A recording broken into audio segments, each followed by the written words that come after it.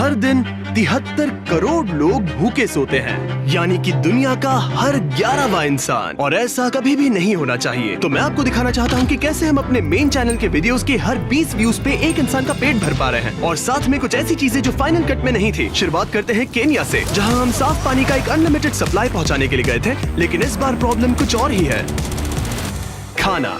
Studies से हमें ये पता चला कि अगर बच्चों को स्कूल में खाना मिले तो उनकी अटेंडेंस 50% तक बढ़ सकती है और उनके एग्जाम स्कोर्स भी 20% तक इंप्रूव हो सकते हैं। अब इसकी वजह से आगे इस वीडियो में मैं ये पूछने निकल पड़ा कि यहाँ खाने की इतनी कमी क्यों है, और जो मैंने जाना उससे मैं दंग रह गया। ये दुनिया की सबसे स्टूपिड प्रॉब्लम है। कैरल, जो यहाँ के कई स्कूल्स की प्रिंसिपल हैं, वो बता रही थी कि जब बच्चे मालनरिश्ड होते हैं तो रिसेस में खेलने के बजाय वो बस पड़े रहते हैं। जब आप स्कूल में आते हो तो वो कमजोर दिखते हैं, उनमें ताकत नहीं होती है। ब्रेक टाइम में भी बस चुपचाप बैठे होते हैं, खेलने की ताकत नहीं होती है। लेकिन जैसे ही सबको खाना मिला, पूरा माहौल ही जैसे मानो बदल सा गया। क्या तुम्हें खाना पसंद आया? हाँ। बच्चे हंस रहे थे, इधर उधर दौड़ रहे थे, एक दूसरे के साथ खेल रहे थे। ठीक है, ये सब उसका पीछा कर रहे हैं। मुझे नहीं लगता इन्होंने पहले कभी ड्रोन देखा है। शायद मैंने एक कल्ट बना लिया है। ठीक है, आज शायद केन्या में हमारा तीसरा दिन है। ये एक लो इनकम वाला एरिया है। स्कूल्स की हालत भी कल वाले स्कूल से ज्यादा खराब है। इन बच्चों को स्कूल में खाना नहीं मिलता, तो आज इनकी जिंदगी में बहुत बड़ा बदलाव आने वाला है। इनमें से ज्यादातर बच्चों को कम कैलोरीज मिलती है, लेकिन इसके बाद ये अपने स्कूल में रोज पेट भर के खाना खा पाएंगे। वो ज्यादा सीख पाएंगे, अच्छे से बढ़ पाएंगे और कम बीमार पड़ेंगे। और जरूरी बात यह है कि वो खुश रहेंगे, जो कि हमारी ख्वाहिश है। शुरू करें? ठीक है, मैं एक और स्कूल में आया हूँ जहाँ करीब 500 से ज्यादा बच्चे हैं। दिखाओ सबको। अगली बार मुर्गियों को लात मत मारना। दो। इस स्कूल में 500 से भी ज्यादा बच्चे हैं, सबको दिखाओ। हजारों और बच्चों को खाना खिलाने के बाद हमने उन्हें उनके भविष्य के लिए तैयार किया। उन्हें वो सब कुछ दिया जिनकी उन्हें जरूरत हो सकती है। निकलने से पहले हमारे बिहाइंड द सीन्स टीम को केन्या के टॉप यूनिवर्सिटीज का एक्सक्लूसिव टूर मिला, जहां मुझे कुछ बिजनेस स्टूडेंट्स से बात करने का मौका मिला। फिलांथ्रोपी और दुनिया को बेहतर बनाने के लिए आपका लॉन्ग टर्म गोल क्या है? तो लॉन्ग टर्म में हमारा एक चॉकलेट का ब्रांड है फीस्टेबल्स, और मैंने उसके सप्लाई चेन के पीछे थोड़ी रिसर्च की थी। मैं हैरान था क्योंकि उस फार्म में 16 साल के बच्चे काम कर रहे थे, और मैंने सोचा कि ये तो बिल्कुल भी ठीक नहीं है। हमारा मेन ऑब्जेक्टिव ये है कि 10 लाख से भी ज्यादा बच्चे आज भी बाल मजदूरी में फंसे हुए हैं, और हम उन्हें निकालने की पूरी कोशिश कर रहे हैं। और इसीलिए हमारी अगली मंजिल मेरे लिए खास मायने रखती है। हम है घाना में, यहीं से हम फेस्टिवल्स के लिए अपना ज्यादातर कोको लेते हैं। तो यहाँ जो स्कूल मील प्रोग्राम्स हैं वो मेरे लिए ज्यादा स्पेशल हैं। मेरे लिए? हाँ। Thank you. ये सच में अमेजिंग है कि ये कम्युनिटी हमारा शुक्रिया अदा करने के लिए ऐसे समारोह आयोजित कर रहे हैं, वो भी खाने जैसी चीज के लिए जो उन्हें पहले ही मिल जानी चाहिए थी। मैं स्वागत करता हूँ जिमी, उन्हें मिस्टर बीस्ट भी कहा जाता है। Please welcome. Thank you. Thank you. जैसा कि मैंने कहा, मैं इस खाने के प्रोग्राम को शुरू करने और इस कम्युनिटी में डेवलपमेंट करवाने के लिए बहुत एक्साइटेड हूँ, और मुझे आप सबके साथ काम करने में बहुत खुशी होगी। मुझे यहाँ बुलाने और इस सम्मान के लिए बहुत बहुत शुक्रिया। ये हमारा पारंपरिक केंते है, और हम तुम्हें केंते में लपेटेंगे ताकि हम Okay. तुम्हारा सम्मान कर सके। हाँ, अब हाथ ऊपर उठाओ। तो अब तुम इस गांव के उप प्रधान हो। Thank you. क्या तुम इस सबसे खुश हो? हाँ, हम खुश हैं। हाँ, सब कुछ बहुत अच्छे से हो गया। Thank you. जश्न वगैरह बाद में। घाना में मेरा जो एक जरूरी काम था वो था कुछ ककाओ फार्म्स को चेक करना। यहाँ के किसान जितना आमतौर पर मिलना चाहिए उससे कम कमाते हैं, और उनके बच्चे अक्सर काम में इसीलिए लगते हैं ताकि उनका परिवार भूखा ना सोए। हम फेस्टिवल्स में कड़ी मेहनत इसीलिए कर रहे हैं ताकि सभी किसानों को लिविंग इनकम रेफरेंस प्राइस दे सके और चाइल्ड लेबर को खत्म कर सके।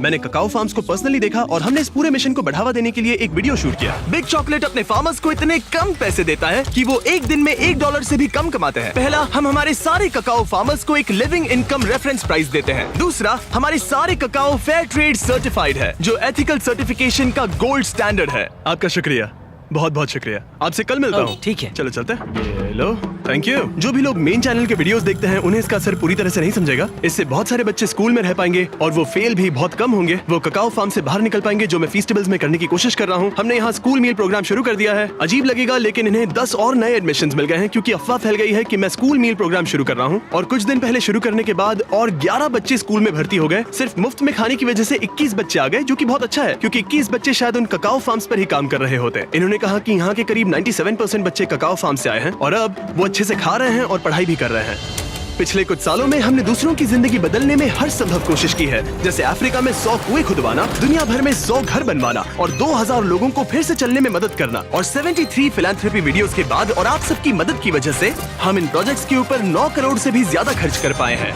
और भले ही आपको ज्यादा लग सकता है, लेकिन अभी भी बहुत सारा काम बाकी है। और जहाँ एक तरफ अफ्रीका जैसे देशों में खाना कम पड़ रहा है, वहीं अमेरिका में बहुत सारा खाना बर्बाद हो रहा है। तुमने अपनी जिंदगी में कितनों को खाना खिलाया है? कम से कम 30 से 50 लाख लोगों को। वाह क्या बात है। हाँ, यकीन नहीं होता है ना। ये है एवन और पिछले 6 सालों से ये एक शेयरिंग एक्सेस नाम की नॉन प्रॉफिट ऑर्गेनाइजेशन बनाने में लगा है। इसका मकसद है बचे हुए खाने को बर्बाद होने से रोकना और फिर उसे जरूरतमंद लोगों तक पहुंचाना। और अब तक इसने 53,000 मेट्रिक टन खाना बर्बाद होने से बचाया है। और ये सब पॉसिबल हो पाया है वॉलंटियर्स, डोनेशंस और इस बड़े से वेयर हाउस की मदद से। सिर्फ ये एक बिल्डिंग ही 14 फुटबॉल मैदानों के बराबर है। Oh my इसके God. अंदर 7 लाख स्क्वायर फीट का रेफ्रिजरेटेड वेयर हाउस स्पेस है। मुझे नहीं पता था कि इतनी लंबी बिल्डिंग्स भी होती हैं। जरा देखो ये कितनी लंबी है। और ये तो बस एक सेक्शन है, यहाँ ऐसी बहुत सारी हैं। हर साल जितनी बेहिसाब मात्रा में खाना लैंडफिल्स में फेंका जाता है, अगर उसी को बचा लिया जाए तो खाने की सारी तकलीफ ही मिट सकती है। और एवन से बात करने के बाद मुझे इसके पीछे की वजह साफ साफ समझ आने लगी।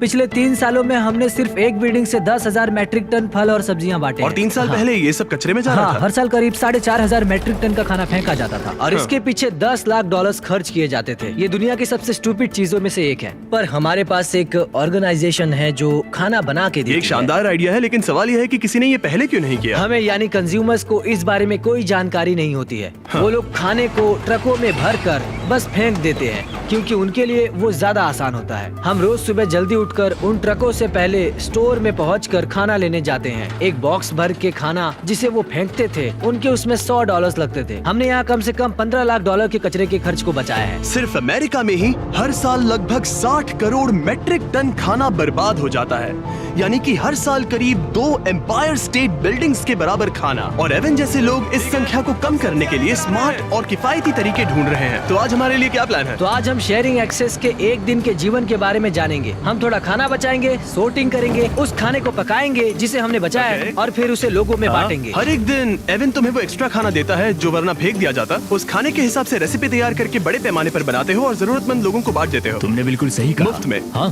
क्यों? ये मेरे अतीत का एक हिस्सा है। पहले मैं बेघर था, मैं काफी समय तक ड्रग्स और शराब से जूझ रहा था और मुझे पता है कि भूखा सोना कैसा होता है। बस इस वीडियो को शूट करने के दौरान हमने यहाँ की रसोई में 300 मील्स तैयार किए, लेकिन मेन चैनल के वीडियो को मिलने वाले ढेरों व्यूज के कारण शेफ मैट हजारों लोगों के पेट भर पाएगा। नोलन, मुझे लगता है कि हमें और मिर्च की जरूरत पड़ेगी। क्या तुम मेरे साथ आओगे? ओके। तो तुम्हें मिर्च वहाँ मिलेगी, ठीक है? वहाँ अंदर। हाँ। क्या तुमने नोलन को फ्रीजर में बंद कर दिया?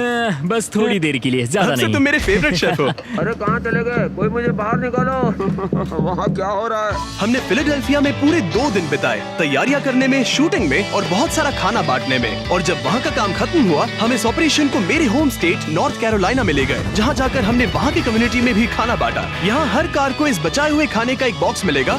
कुछ अंगूर, कुछ केले, थोड़ा मीट, बहुत सारी सब्जियां और खाने के पैकेट्स। ये सारी चीजें फेंकी जा सकती थी, लेकिन शेयरिंग एक्सेस की वजह से ऐसा नहीं होगा। एवन, ये देखकर कैसा लग रहा है कि तुमने जो खाना बचाया है वो जरूरतमंदों तक पहुंचेगा? ऐसा लग रहा है जैसे सपना सच हो गया। कुल मिलाकर इस वीडियो की शूटिंग के दौरान हमने 7,000 से ज्यादा लोगों को खाना खिलाया। हालांकि ये संख्या और बढ़ेगी जितना आप मेन चैनल के वीडियो को देखेंगे। तो अगर आपने अभी तक नहीं देखा तो जरूर देखें, और अगर आपने पहले से ही देखा है तो दोबारा देखें, ताकि एक और जरूरतमंद को खाना मिल सके।